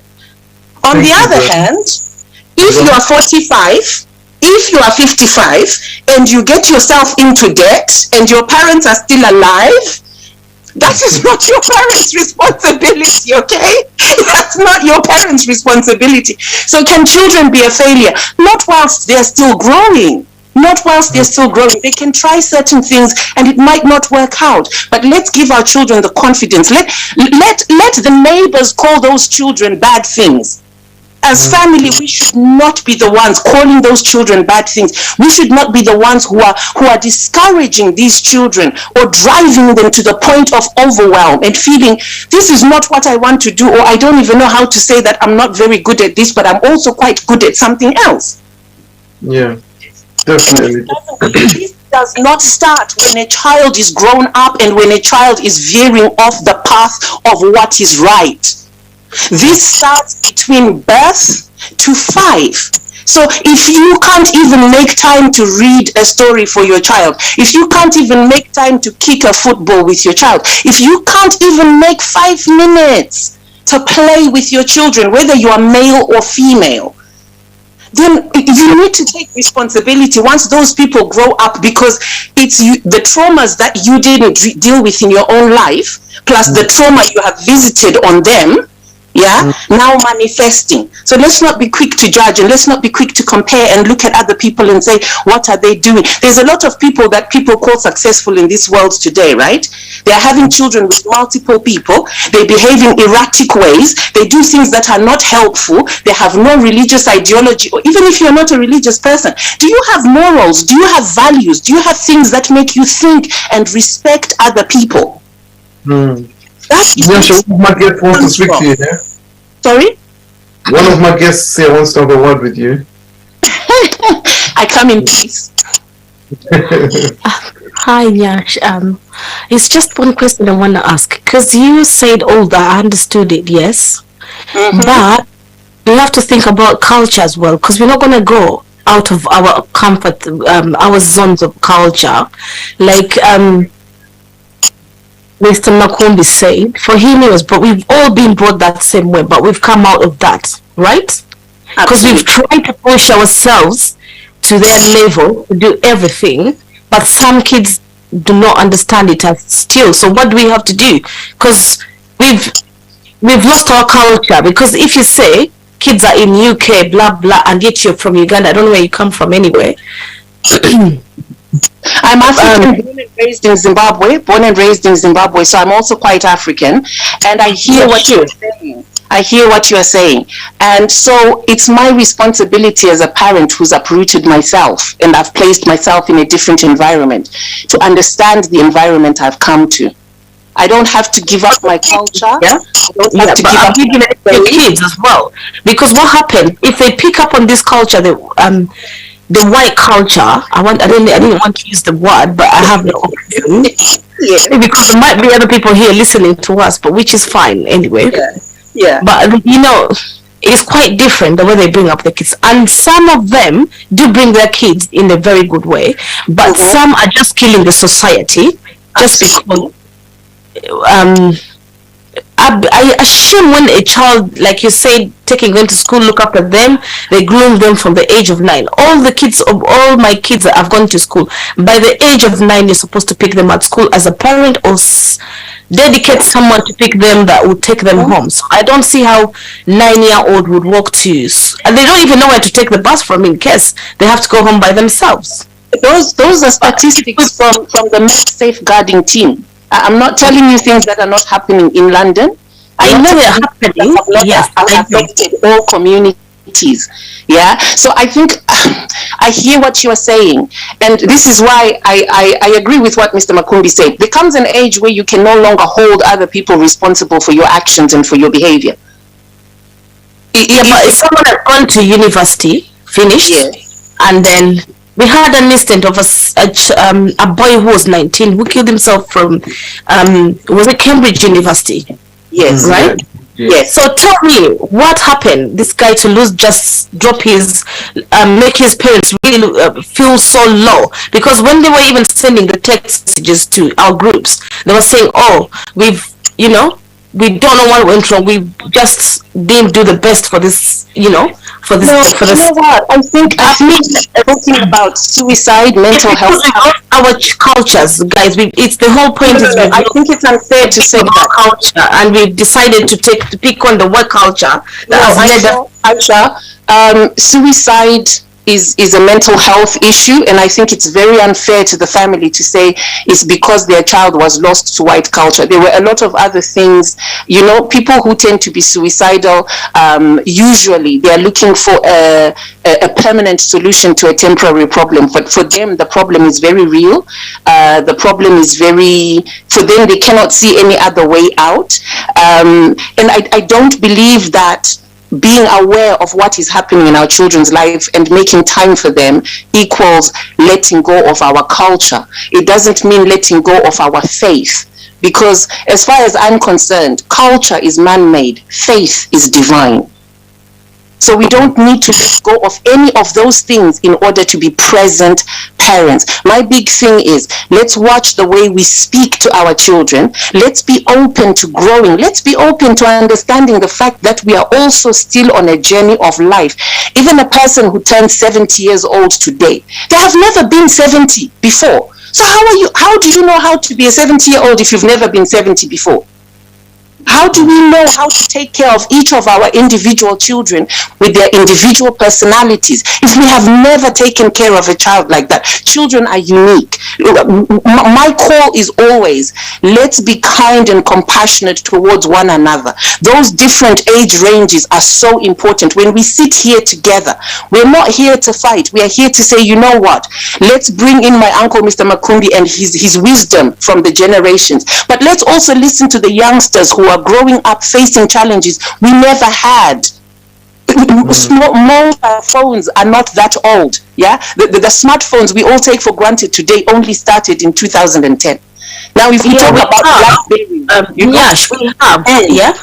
We've adjusted a lot, I'm telling you. But the thing is, we've not implemented the culture in these kids because they don't speak our mother languages. They only speak English, and they intend to say that everything is fine with it. But I mean, a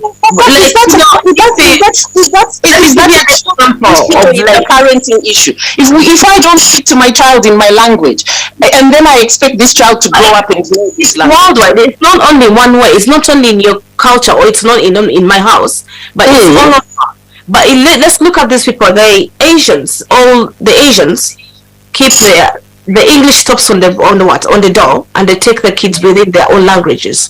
You can never find them speaking any other language apart from their own languages, and they've done really well. Although don't of us do that. Sorry. Don't a lot of us already speak to our children in our own languages and give our children names? Yeah, but we didn't understand it from the beginning. Like you say, you want us to understand these kids. We didn't understand it in the beginning. The kids will reach at a certain point and they say they're going to blame us, but which is going to be wrong. Besides, because we started with English, we thought it would be fine. They need to understand English, but they had to understand our own languages first. That's part of culture as well. And then, we didn't do that. So how are we going to go forward? What we can do, Aisha, my sister, is moving on. Let's encourage the people who are having younger children. So if we are in a position to start learning with our kids, like YouTube is very helpful. YouTube can be a tool for good. We can look for things that are happening in Uganda, Luganda. Yeah. Oh, you're muted, Nyasha. You're muted, Nyasha. Oh, sorry. I was saying we can start to engage with some of these children, right? We can encourage them to take a more active role in the culture, because whatever we might have done as parents, this is why I said we are not perfect, and we shouldn't be above apologizing and saying, you know what, let's take stock and let's try this again. if we are quick to label each other, or if we are quick to blame, or if we are quick to, to not build, then we are destroying. So where we feel like, you know what, we need to be doing more things that include our cultures when we are not in our home, in our native countries, then we should do that, and we should encourage each other to do that. Then we also need to make sure that, the beauty about a lot of children, especially when they're young, when I talk about children, I'm talking about people who are 21 and under, right? Because they're really nothing but a production of what is around them, right? So those people, we can engage with that generation. We can encourage them. We can do fun stuff, and they don't even want us to spend a whole hour. Just 10, 15 minutes, as long as they know that when things are not going right, they can come back to us, and we are not going to call them names. We are not going to shout at them unnecessarily. And I'm not saying I'm a perfect parent. I also know that I can sometimes raise my voice unnecessarily. But when it happens, am I humble enough to apologize? Because one of the best things my father ever gave me was him saying, "I'm so sorry I did that to you. I didn't mean to hurt your feelings." That was a very powerful lesson I learned from my father. My father is 75. I learned that as a 14-year-old. I knew it was okay to say you were sorry if you'd done something that you didn't intend to do. Even if the children don't get the lesson today, I think Brian said it.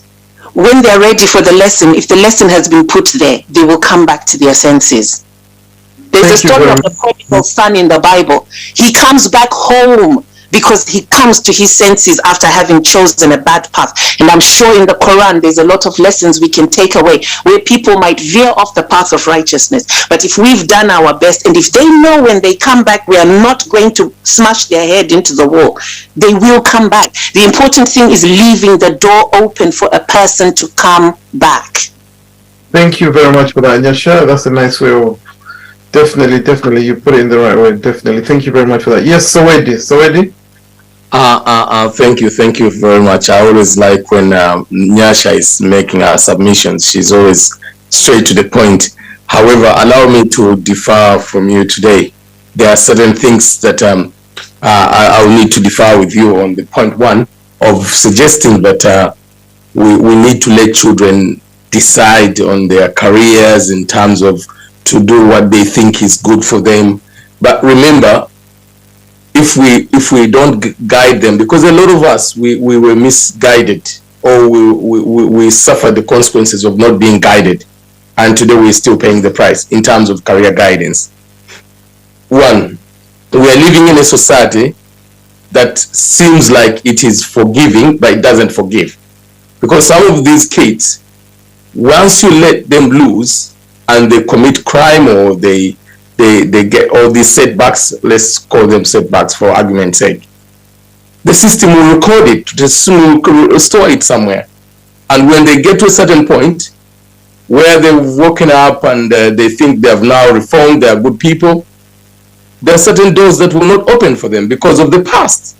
And this system is so unforgiving. I hope everyone understands what I'm talking about, because we've got so many of our race, so many of our black children. One, they will think, oh, becoming an engineer or a doctor, or being a pathologist, or let's say an astronaut is something that is so hard. But they will assume that it is easy for you to break through as a footballer, right? Because they've seen so many of black people on the field in the Premiership and all that. But I can assure you, it's more difficult to become a professional sports person, athlete. It's more difficult than becoming an engineer. Because, let me give you an example. I've got a family. The kids decided, they told their parents that they are dropping out of school. They want to concentrate on football. And I made a commitment. I used to drive them every evening to Crystal Palace training field. They had in West Sussex, they have a playing ground in East Grinstead. So I used to take these kids there. But the number of parents that I saw show up at that place, I think we're the only black people that went to that place for football. I started coming back, having conversations with their parents. I said, I don't think this is real. And then I carried out my own investigations. Later on, I discovered that in 7 years, Crystal Palace has only ever picked one person from that academy, that training period.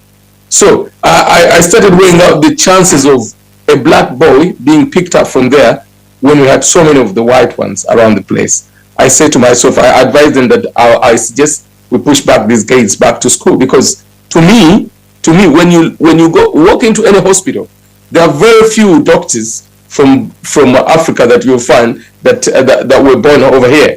Some of them you find that they're from Zimbabwe or Ghana, and we're our own black boys. We're our own black boys. Just in McDonald's, you find them in McDonald's. You know, I don't know Nyasha. Nyasha, in Uganda we have what we call UPE, right? UPE. UPE is Universal Primary Education, free education, yeah? It is what we the black people settle for here. This type of schools we go to are the UPE version of Uganda, but for this place. So your child must be exceptionally bright, exceptionally clever to break through the ceiling. When I talk about exceptionally bright, I mean for them to make news, for them to sit in Canary Wharf, for them to sit in Whitehall, for them to sit in Westminster. This is what I'm talking about. And I'm not suggesting that everyone has to be there to be called successful. I'm not saying, but I think as parents, we have the duty to guide these kids, to protect them, career guidance-wise. We need to show them things that matter in life. Because when you're growing up, you never know. You always don't understand that things are tricky ahead of you. You will never know all these dynamics and complexities that come along with life. It is only your parent, because your parent is the only individual on earth that will ever tell you the truth and will always wish you the best. But as young kids, when you're growing up, you don't put this in consideration. You think, oh, my mate has told me this, my mate has told me that. Before you know, when the system drops you, when your mate is not there anymore, when you're locked away somewhere in a Wandsworth prison, it's when you realize your mates don't count anymore. Then when you go in there, you meet up with another family that will tell you that the system now they'll begin telling you the system out there doesn't like you.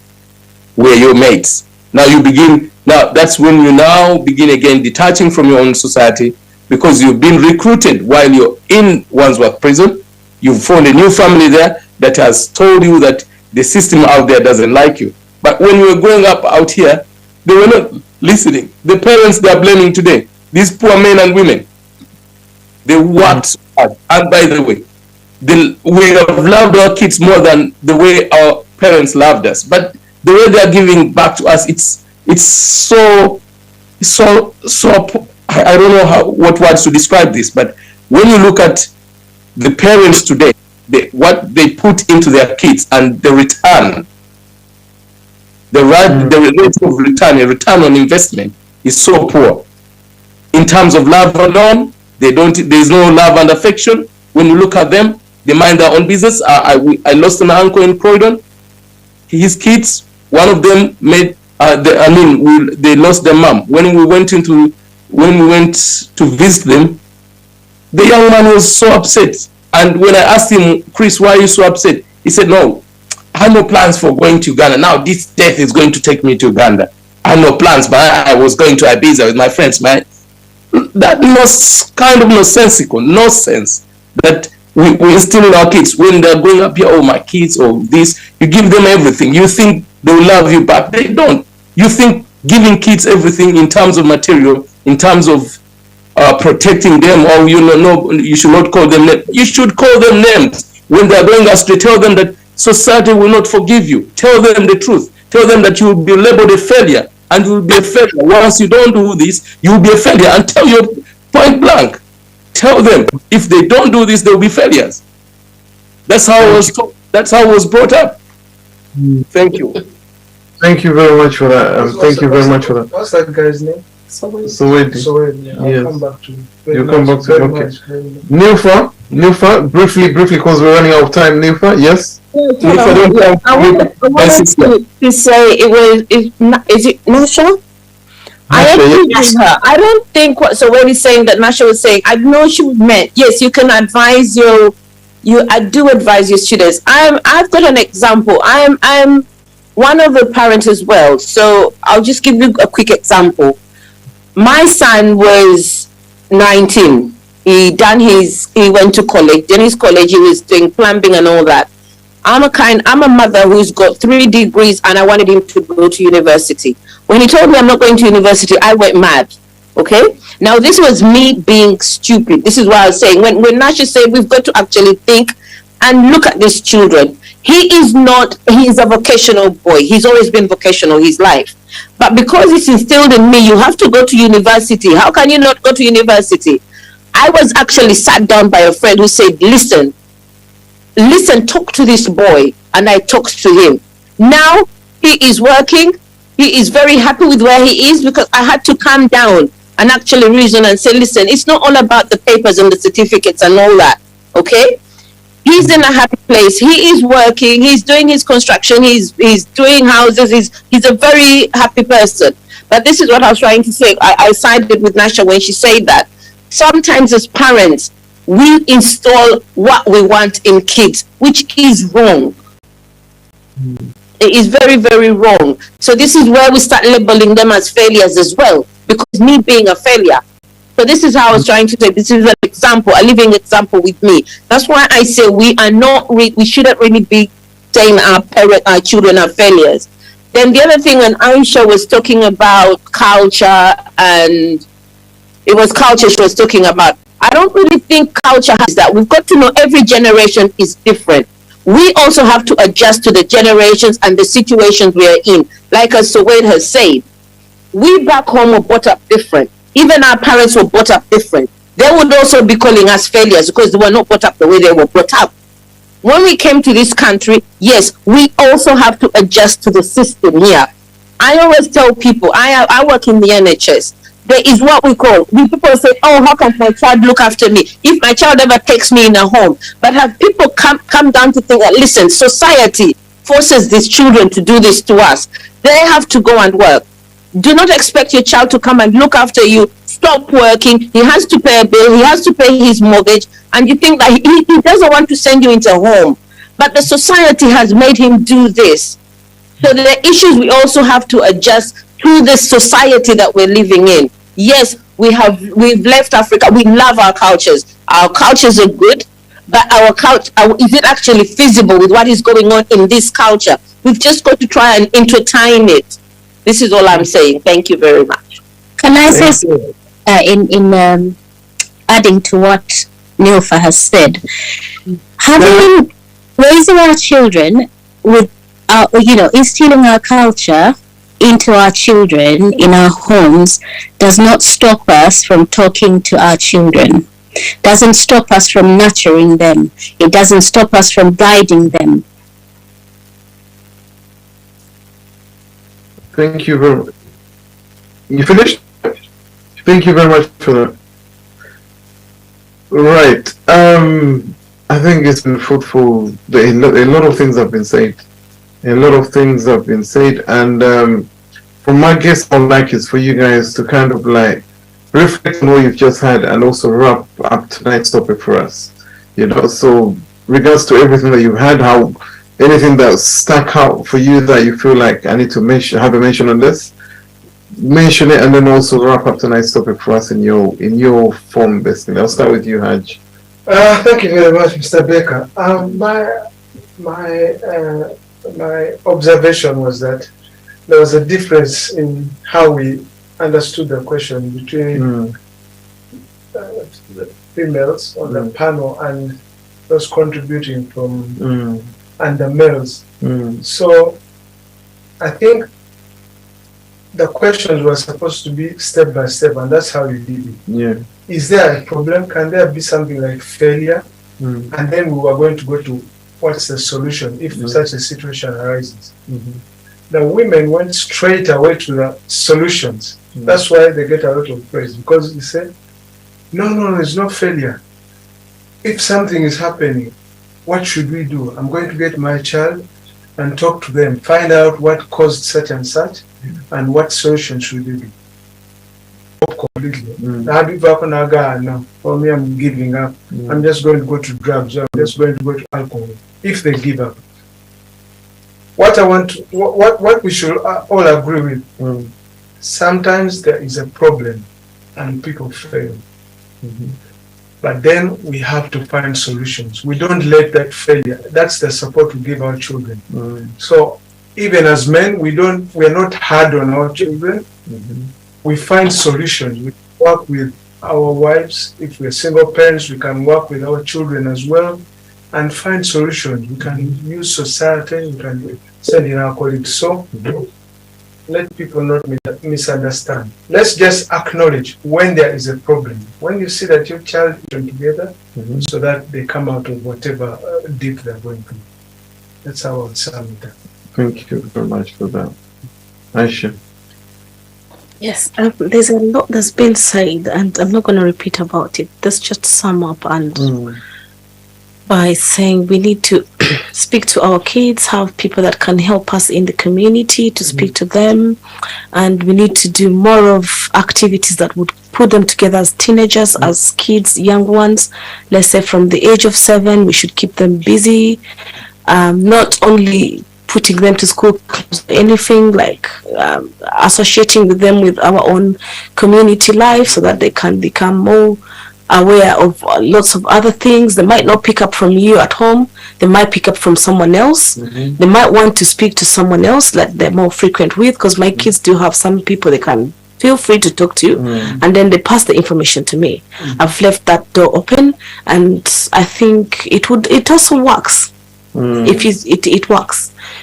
So that's all we argue for, to have more people that are well educated or counselors that can stay within our communities, the Muslim communities, because that's where we're best, although there are other people that are listening to us. If they can also come together with us, if they can find any solutions, we welcome them. That's my sum for now. Thank you. Thank you.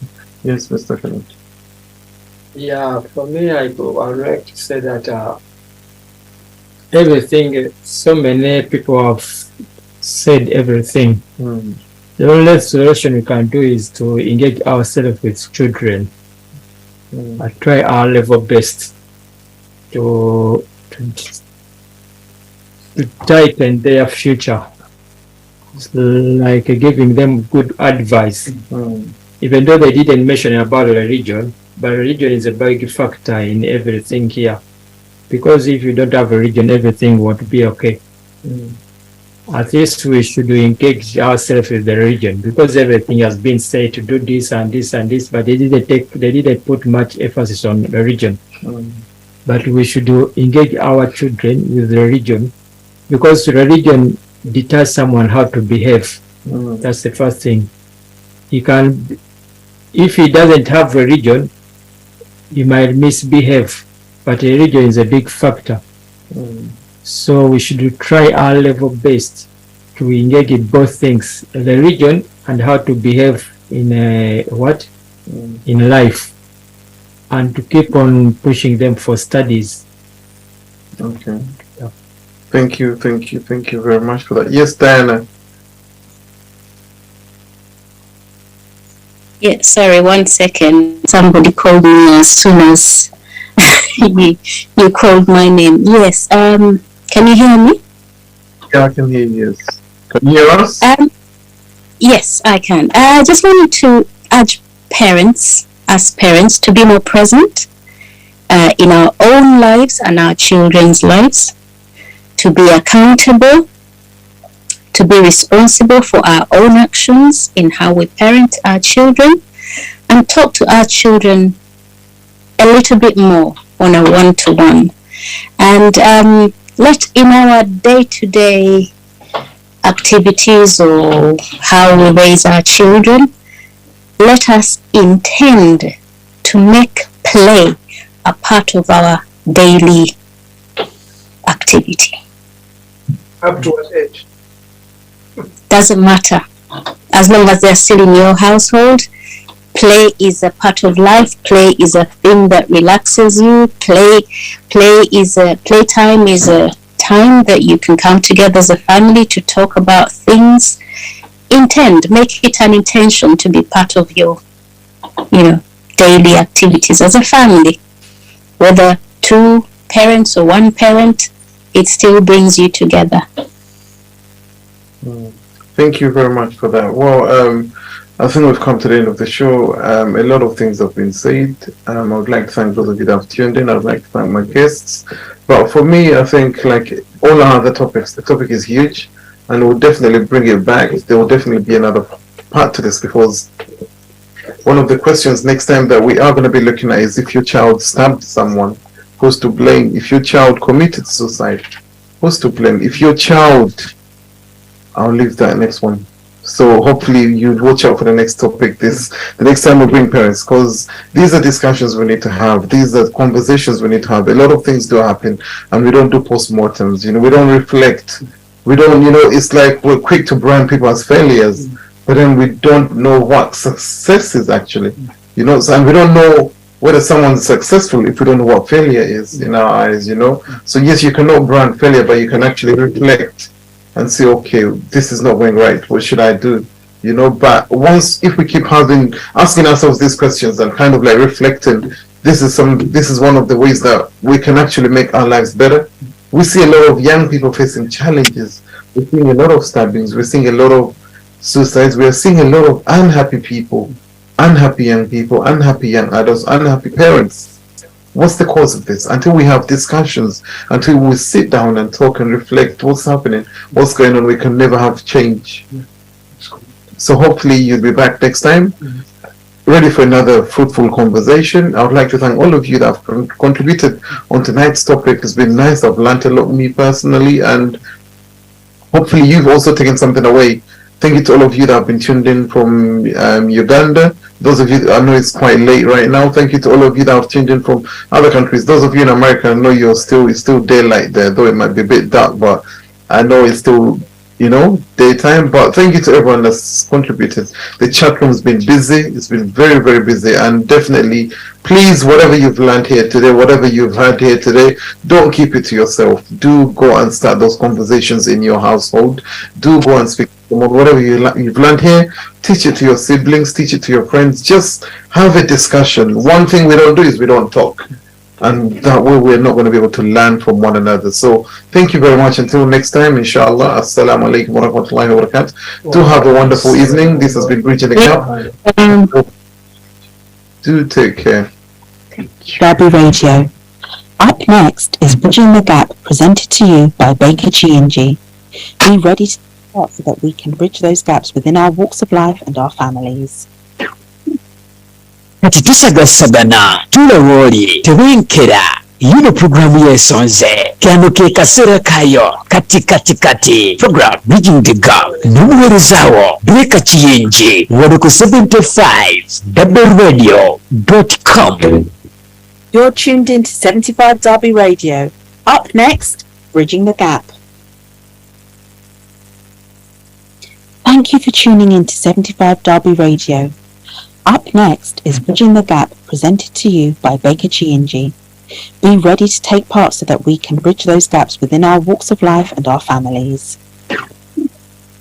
Kati tusagasagana tulowoli tewenkera yino programu yesonze kano ke kasera kayo kati program Bridging the Gap n'omuweerezaawo Baker G&G wali ku 75WRadio.com. You're tuned in to 75 Derby Radio. Up next, Bridging the Gap. Wenawuli osobola okutufuna ng'oyita ku Facebook page yaffe eya 75WRadio.com oba okufuna app yaffe ng'ogenda ku Google Play Store wandiikamu 75W Radio ofune app eno otambule n'okumanya. Era osobola okutufuna ng'oyita ku www.75wradio.com onyumirwe naffe. 75wradio.com tukumanyisa ebigenda mu maaso mu byabufuzi, ebyenzikiriza, ebyemizannyo, ebyamasanyu ebyobulamu na buli kalonda yenna eyeekuusa ku bulamu bwe tutambuliramu. 75wradio.com